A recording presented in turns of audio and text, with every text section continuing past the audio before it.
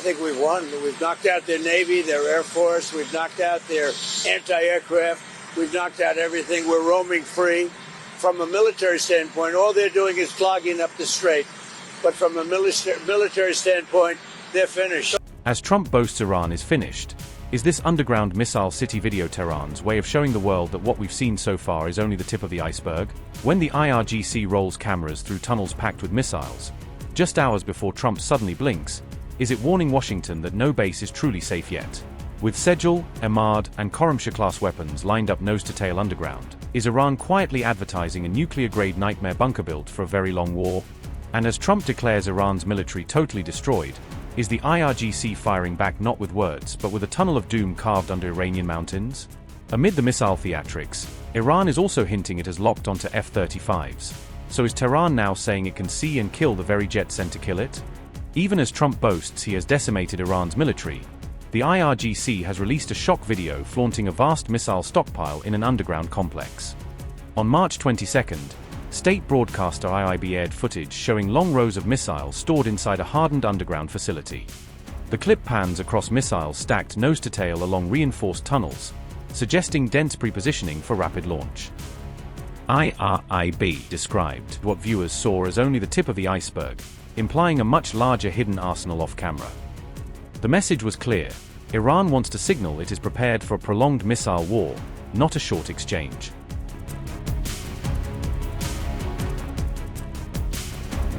The Missile City video dropped just as Trump threatened to bomb Iran's power network if Hormuz is not reopened.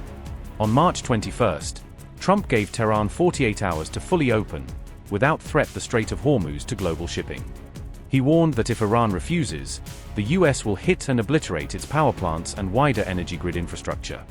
Trump vowed to start with the biggest one first, hinting at strikes on Iran's largest generation sites before anything else.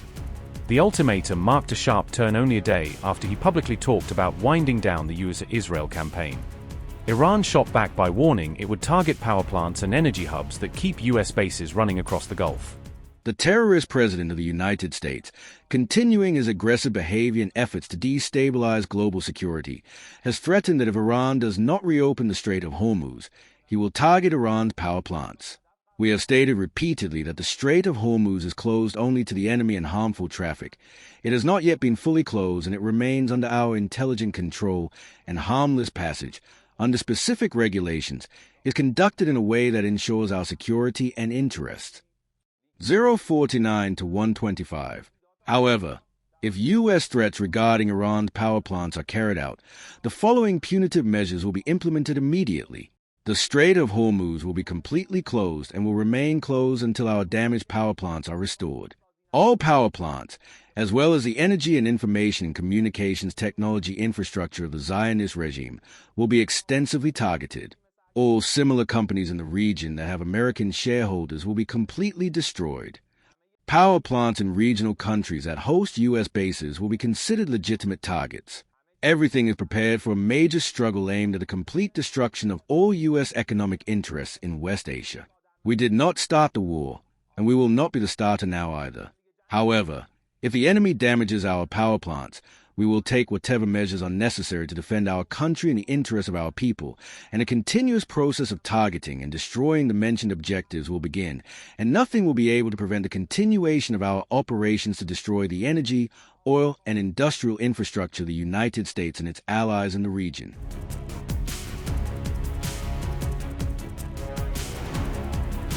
Yet by March 23rd, Trump was suddenly saying the US had held very good and productive talks with Iran.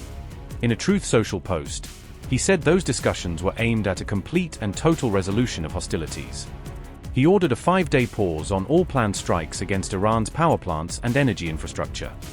Trump linked the pause to what he called constructive talks that would continue through the week. The announcement marked a dramatic shift from the American president's earlier deadline and obliteration threats. However, Israel's IDF has warned that weeks of fighting still lie ahead, undercutting any sense that operations are truly winding down. Hello everyone. We have had a complex day on the home front. The fire from Iran and Lebanon continues. We are constantly deepening and expanding our strikes, both in Iran and in Lebanon. We must not forget, We are fighting against a terror regime and its proxies. This is a necessary campaign. We have had very significant achievements so far, but this is a campaign that sometimes exacts a price from us, as we have seen in recent days. I want to briefly explain to you what happened last night. The Iranian terror regime fired missiles into the heart of residential areas in the cities of Dimona and Arad. These were two separate incidents that occurred at different times. Interceptors were fired in both, but unfortunately we did not manage to intercept the missiles that were fired. From the investigation we conducted in the Air Force, it emerged that the interception failure in the two incidents was not related to each other. Immediately after the fire, numerous rescue forces from the Home Front Command, together with all security and rescue organizations, carried out scanning and rescue operations and evacuated injured civilians. I would like to take this opportunity to wish everyone a full and speedy recovery. It is important for me to say, the threats we saw tonight are not new.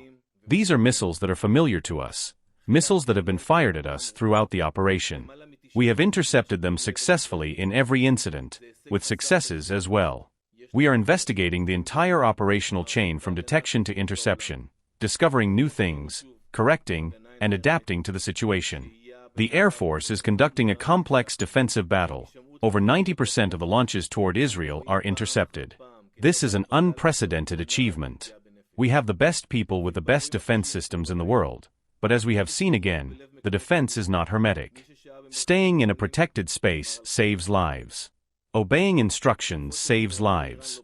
We see time and again how strictly following the guidelines prevents loss of life even in the most severe incidents. Last night, with direct hits in the heart of residential areas, those who stayed in protected spaces saved their lives. Our strikes across Iran are not stopping. The Air Force is operating non-stop 200 kilometers from the country's borders. So far, we have dropped over 10,000 munitions on thousands of targets all across Iran. We accurately hit their targets. We are continuing to strike every area and infrastructure of the regime, as well as its operatives and commanders. The achievements from the last 3 weeks are accumulating into a great accomplishment. The regime is weak, it is destabilized, and we will continue to strike it until we achieve our goals. This morning on the northern border, Ofer Pushkar Moskowitz, may his memory be a blessing, was killed in Misgav AM. We are investigating the circumstances of the fire that hit him. We are also examining the possibility that it was artillery fire carried out by our forces. The Northern Command is in contact with the family and with the Misgav AM community. I want to express from here my condolences to Mashko's family. Our hearts are with them in these difficult hours. We will investigate, learn, and share the conclusions with them. The Chief of Staff yesterday approved the plans for deepening and expanding the ground operation in Lebanon. We are continuing to strike Hezbollah terror targets. So far, we have struck more than 200 such targets. Throughout the day, we struck another crossing over the Litani River. The crossings that were struck are used by Hezbollah to advance terror plots by transferring weapons to Israeli citizens. We have more weeks of fighting ahead against Iran and Hezbollah. With every passing day, we are weakening the terror regime more and more. We will not allow the terror regime and its proxies to pose a threat to the citizens of Israel and the existence of the State of Israel. Your resilience and strength on the home front are an inseparable part of the campaign's success. I will continue to be here with you and update you on any development. Questions. Question from Channel 24. Has there been a change in the services policy following the events of the last 24 hours? First, I want to say that our defense systems are multi-layered. They are integrative, they are national, and we are protecting the citizens of Israel in the best possible way.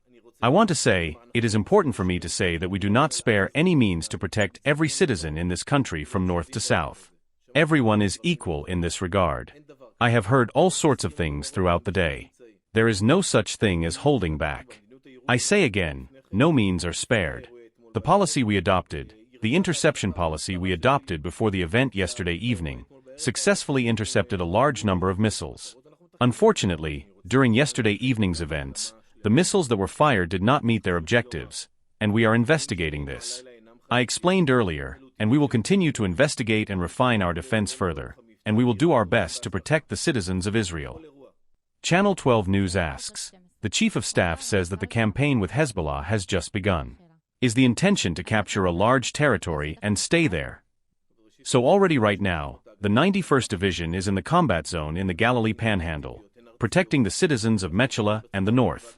The 36th Division is in the Ramim Ridge area and has defense cells over the Misgav AM, Manera, and Margaliat areas. Starting this coming week, we will deepen our hold and the defense of our citizens. Deep in the territory, we will expand our hold and area. We will expand our maneuver to prevent direct fire on our settlements. We will protect our settlements and will always be at their front as a buffer between any threat and our settlements. Thank you very much.